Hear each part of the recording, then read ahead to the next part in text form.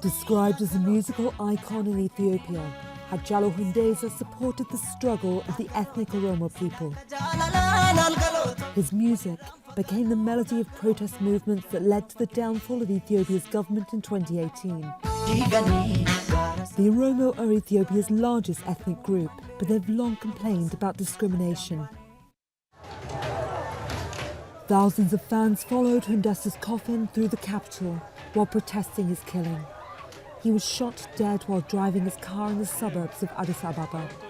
He is somebody that is seen as an icon by the 50+ million Oromos who live in Ethiopia and in the Horn of Africa. He is a kind of towering, really musical genius with an incalculable imaginative power, who had the rhetorical facility, the verbal invention, the poetic expression with which he, very ably articulated and insightfully identified some of the deeply entrenched and profoundly rooted problems that the Oromos have been facing throughout history.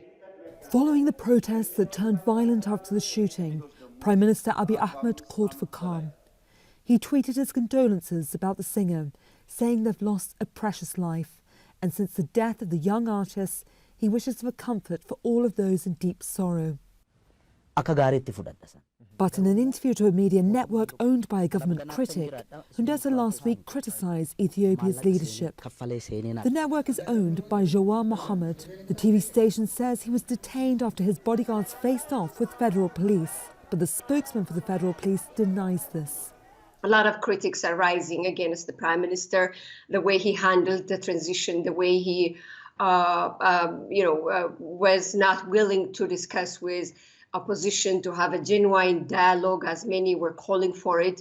But the icing on the cake came when he, as many refer to it unconstitutionally, had the Parliament and the upper house approve the extension of his time in office because of COVID. 34-year-old Hundessa spoke out about receiving death threats before his life was abruptly ended. Now, many Ethiopians say he'll be remembered as a revolutionary figure. Burdon-Manley, Al Jazeera.